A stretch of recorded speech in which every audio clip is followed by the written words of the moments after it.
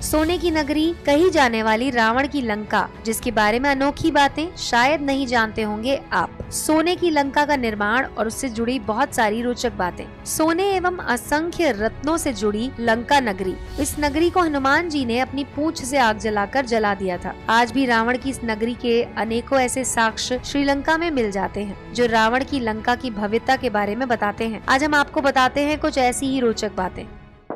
दोस्तों, आपका एक बार फिर से स्वागत है टॉप 10 में। तेजी से बढ़ते इंडिया के नंबर 1 एंटरटेनमेंट चैनल से जुड़ने के लिए सब्सक्राइब करें और बेल आइकन को दबाएं।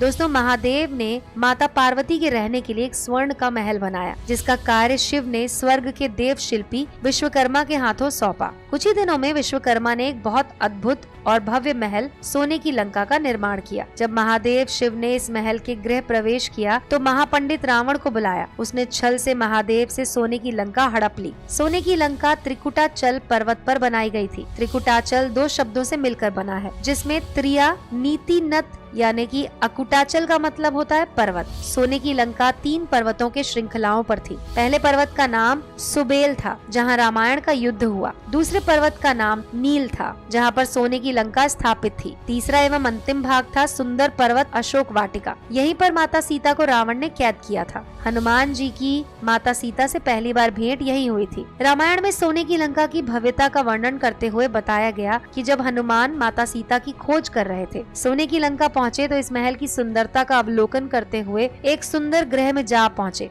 जो राक्षस राज का निजी निवास था। 4 दांत एवं 3 दांत वाले हाथी उस भवन को चारों तरफ से घेरे हुए थे। रावण का वो महल उसकी राक्षस जातियों की पत्नियों और हर कर लाई हुई राजकन्याओं से भरा था। रावण के उस महल की भव्यता अद्भुत थी। महल के अंदर अनेक गुप्त ग्रह थे, मंगल ग्रह बने हुए थे। उस लंबे चौड़े भवन में महल के बीचों बीच पुष्पक विमान रखा था। इस महल का निर्माण बहुत सुंदर ढंग से किया गया। वो भवन मतवाले हाथियों से युक्त था। विश्वकर्मा ने बहुत ही दक्षता के साथ इस भवन का निर्माण किया था। सोने और स्फटिक की खड़िया इस महल के दीवारों पर 4 चांद लगाती थी तथा इस महल फर्श बेशकीमती मोतियों और रत्नों से जड़ित था। श्रीलंका की श्री रामायण रचित रिसर्च कमेटी के अनुसार रावण के 4 हवाई अड्डे थे। उसानगोड़ा, गुरुलोपोथा, तोतुपोला कंदा और वारियापोला। इन चारों में से एक उसानगोड़ा हवाई अड्डा नष्ट हो गया था। कमेटी के अनुसार सीता की तलाश में हनुमान लंका पहुंचे। लंका दहन में रावण का उसानगोड़ा हवाई अड्डा नष्ट हो गया। पुष्पक विमान की विशेषता थी कि इसे किसी भी आकार का किया जा सकता था, अर्थात इस विमान को मन की इच्छा के अनुसार बढ़ाया और घटाया जा सकता था। मन की इच्छा अनुसार गति और बहुत से लोगों को